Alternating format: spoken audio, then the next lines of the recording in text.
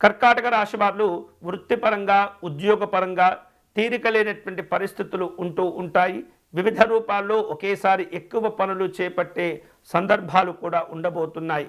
వ్యాపారంలో కొన్ని రకాల ఇబ్బందులు సవాళ్లు ఎదుర్కొనే సందర్భాలు ఉండే అవకాశాలు ఈ వారం కనిపిస్తూ ఉన్నాయి. కుటుంబపరంగా సంఘపరంగా పని భారాలు పని ఒత్తిళ్లు ఈ వారం పెరగబోతూ ఉన్నాయి.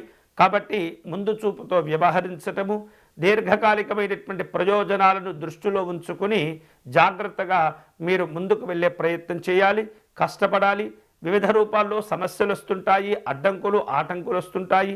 సమన్వయంతో సమయస్ఫూర్తితో వ్యవహరిస్తూ ఆ సమస్యలను అధిగమించి మీరు ప్రయత్నం చేయటం ద్వారా వ్యక్తిగతంగా ఆర్థిక పరంగా కూడా ఈ వారం వివిధ రూపాల్లో సమస్యల నుండి బయటపడగలుగుతారు. అలాగే ఆదాయానికి లోటు ఉండనటువంటి పరిస్థితి ఉన్నప్పటికీ కూడా మీరు కొన్ని తీసుకునే నిర్ణయాలు కావచ్చు, వ్యవహరించే నిర్లక్ష్యపు ధోరణి కావచ్చు, ఇబ్బందులు కలగచేస్తూ ఉంటుంది. ఆర్థికంగా బలపడేందుకు అలాగే మీ యొక్క స్నేహితులు బంధువుల యొక్క తోడ్పాటును పొందేందుకు మీరు వివిధ రూపాల్లో కష్టపడుతూ ఉండాలి. ఆరోగ్యం విషయంలో కూడా ఈ వారం ఈ కర్కాటక రాశి వాళ్ళు శ్రద్ధ తీసుకుంటూ ఉండాలి.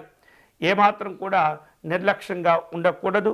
అలాగే అనవసరమైనటువంటి విషయాల్లో జోక్యం చేసుకోవటం, ఎవరో ఏదో రూపంలో సలహాలు అడగనప్పటికీ కూడా మీరే ముందుకు వెళ్ళి సలహాలు ఇవ్వటం ద్వారా మీ మాట విలువ తగ్గిపోయే సూచనలు కనిపిస్తున్నాయి. ఎదుటివారి విషయంలో చులకనయ్యేటటువంటి పరిస్థితులు కూడా ఉంటాయి. కాబట్టి జాగ్రత్తగా మీ కార్యక్రమాలను రూపొందించుకుంటూ ఉండాలి. ఉద్యోగ విషయాల్లో కొంత ఒత్తిడిని ఎదుర్కొంటూ ఉంటారు.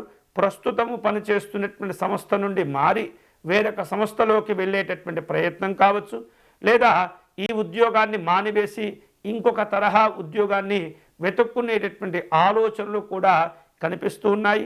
జాగ్రత్తగా నిర్ణయాలు తీసుకోవాలి, తొందరపడకూడదు. ఇక బంధువుల వలన వివిధ రూపాల్లో కొంత ఘర్షణపూరితమైనటువంటి వాతావరణం ఏర్పడబోతుంది.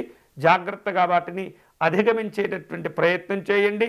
ఆర్థిక విషయాల్లో మోసపోయేటటువంటి సూచనలు కూడా కనిపిస్తున్నాయి. కాబట్టి ప్రతి విషయంలో జాగ్రత్తగా వ్యవహరిస్తూ నిర్ణయాలు తీసుకుంటూ అవకాశాలను సద్వినియోగం చేసుకునే ప్రయత్నం చేయాలి. కర్కాటక రాశి వాళ్ళు ఈ వారం శుభకరమైనటువంటి ఫలితాలు పొందే క్రమంలో లలితా అమ్మవారిని పూజించటము, లలితా అమ్మవారికి కుంకుమార్చన నిర్వహించటము, అలాగే స్తోత్రపారాయణం, అమ్మవారి సహస్రనామ స్తోత్రపారాయణం మీరు చేసుకోవడం ద్వారా ఎన్నో రకాలుగా మీకు ఆలోచన లేనటువంటి విషయాల్లో కూడా మంచి మంచి ఆలోచనలు కలిసి వస్తుంటాయి.